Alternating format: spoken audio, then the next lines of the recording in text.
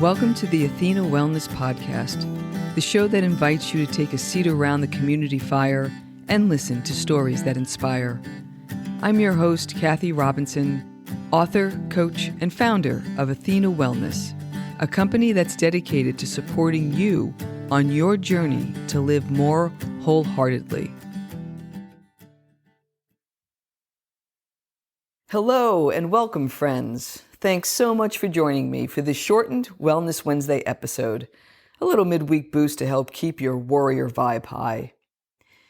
Today's show is a Walking the Talk Vancast, a look behind the scenes into what I'm learning and working through, along with a takeaway for you. These portable episodes are informal and casual, recorded on the go from wherever I happen to be at the time. And today, with my van in the shop, I'm on my back deck on this gorgeous sunny day. I took a trail run this morning and I'm all ready to go. In episode 200, I shared a bit about my recent solo cross-country trip and concluded that it was going to take some time to integrate the learning. In particular, I summarized my main takeaway as less about doing and more about being at this time in my life. The way I described it was, there are still podcasts to create, articles to write, coaching and consulting and teaching to do. There are relationships to nurture and life to live.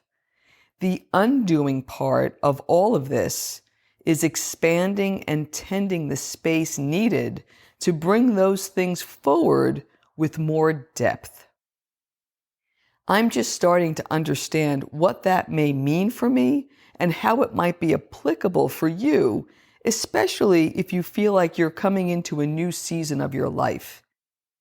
It seems as if everyone I'm working with and so many people that I meet these days are in this transitional stage, no matter their age. And as I thought about ways to continue this conversation, two stories came to mind. One is about the planet Saturn, and the second is about a Japanese kimono. Let's see how all of this weaves together. First, the planet Saturn. I don't know a whole lot about astrology, but I'm aware of a specific event that occurs 2 or 3 times in everyone's life called a Saturn return. This transit happens when the planet Saturn returns to the exact location it occupied at the time of a person's birth. Because it takes Saturn about 29 years to circle the Sun, this event roughly correlates to the year leading up to a person's 30th, 60th, and 90th birthdays. The planet Saturn represents structure, discipline, and responsibility, all fun words.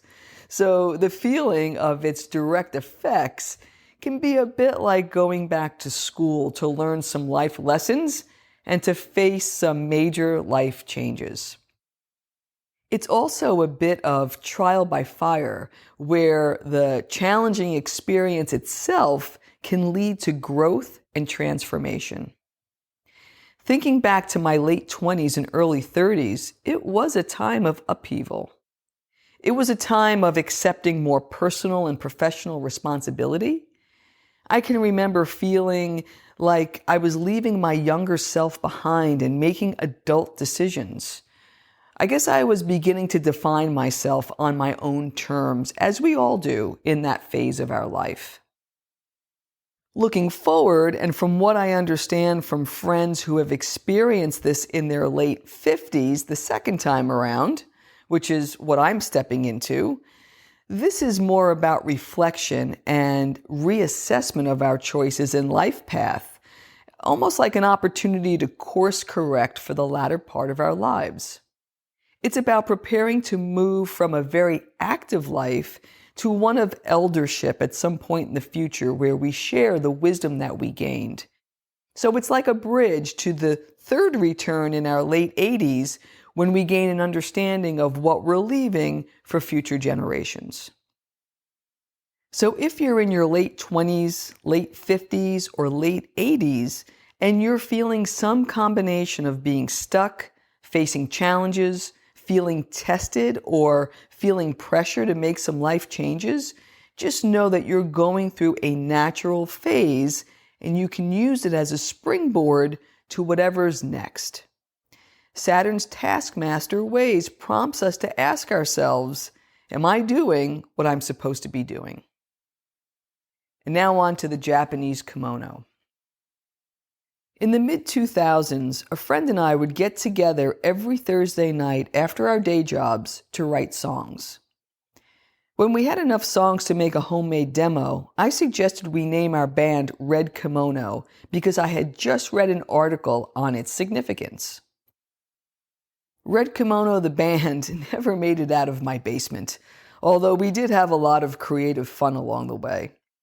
But the significance of a red kimono, while lost on my younger self at the time, always stayed with me. Here's what I remember. In Japanese culture, a red kimono is worn on special occasions and is a symbol of joy, happiness, and good fortune. The color red, which is associated with fire, is also a symbol of purification and renewal. And a red kimono is also worn on a person's 60th birthday. There's a special name for turning 60 in Japan, and it's called kanriki, which means returning to the beginning. It's a year of reflecting on what you've achieved in your life so far and what new aspirations can be set as part of this rebirthed life. The tradition of wearing a red kimono on your 60th birthday originated centuries ago. It's believed that it will bring good fortune for years to come as a new chapter unfolds and is filled with hope and possibilities. Whether it be a planet like Saturn or a garment like a kimono, what we're really talking about here is the significance of a threshold. That is, how we transition from one life phase to the next. While we can't do anything about the passage of time, we do get to choose how we experience it.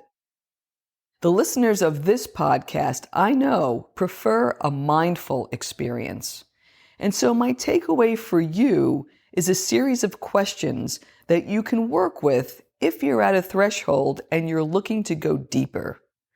They're categorized in 5 general steps of a transformative process. 1. Reflect. Questions include, what have I learned in my life? What are my regrets? My fears? Am I on the right path? What have I accomplished so far? And how do I want to spend the rest of my life? 2. Aspire. Questions include, what am I proud of? What would I like to do differently? Where's my growing edge and what can I learn from it? What are my hopes and dreams for the future? How can I make a positive impact? 3. Change. Questions include, what personal, professional, and lifestyle changes would help me move forward? Are the choices I'm making in line with my aspirations for the future? What adjustments do I need to make to take consistent, inspired action to realize my next level of potential? 4. Rise. Questions include, what am I grateful for? How can I stay positive and optimistic? How can I commit to my true self? How can I best support myself with kindness and self-compassion as I heal, learn, and grow? 5. Welcome. Questions include, how would I like to feel in this new phase of life? How do I welcome the support, patience, and persistence I need? How can I invite new experiences and ways of thinking?